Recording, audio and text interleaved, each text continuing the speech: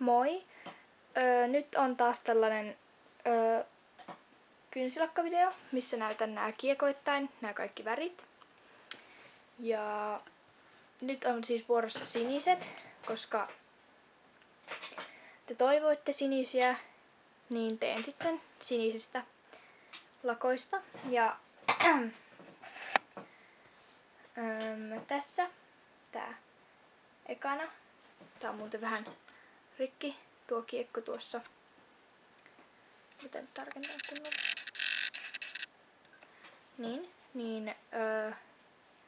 Tää tässä on joku CCUK sininen, josta on toi nimi lähtenyt pois. Niin sitä en siksi tiedä mikä se on, mutta tuommoinen helmiäisen värinen sininen. Ihan kiva lakka.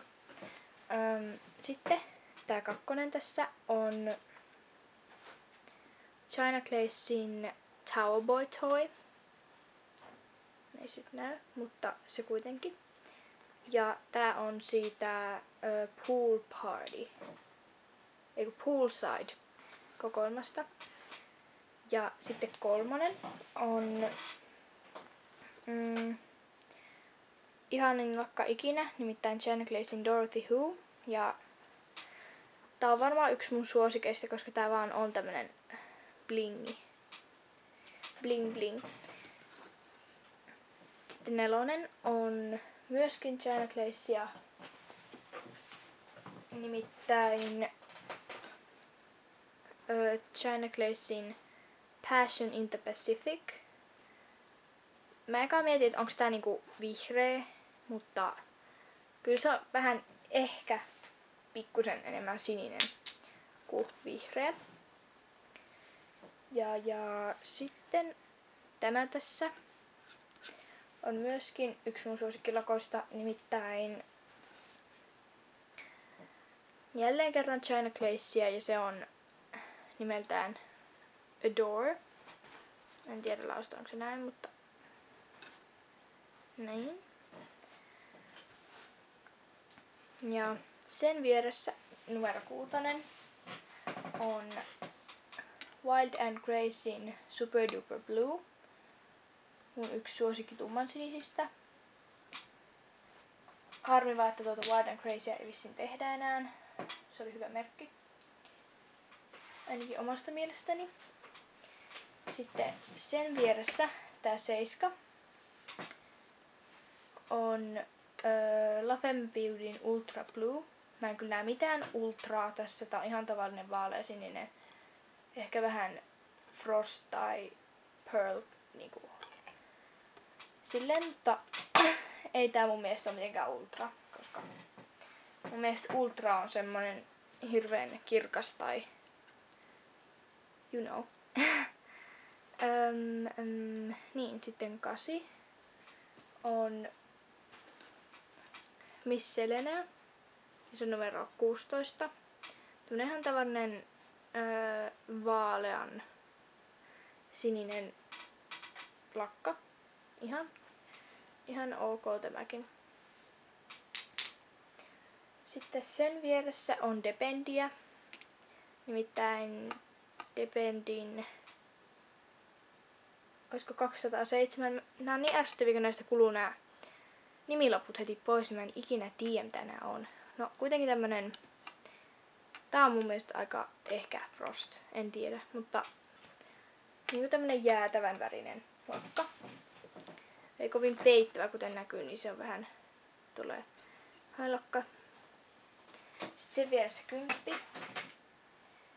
Eli on myöskin Dependia. Ja tässä on itse asiassa numero vielä, tää on 252. Tää on ihan tälleen nätti lakka. Ja nää on vähän niinku sisaruslakat China Glazin Dorothy Whon kanssa, mutta tuossa on selvästi enemmän blingiä tuossa Dorothy Whossa. Ja tää on tosiaan, tää on tämmönen ihan perusnätti sähkön sininen lakka. Sitten sen vieressä 111 on Golden Rosen Fantastic Color ja se on numero 181. Et tää näyttää, että tää olisi niinku kreme, mutta tää kamera nyt ei näytä sitä. Mut siinä on oikeasti tuommoista vähän niinku shimmeria. Apua, akku loppuu kohta. Sitten on 12. Ja se on myös Fantastic Color ja se on 184. Tämmönen tavallinen sähkösininen tuossa.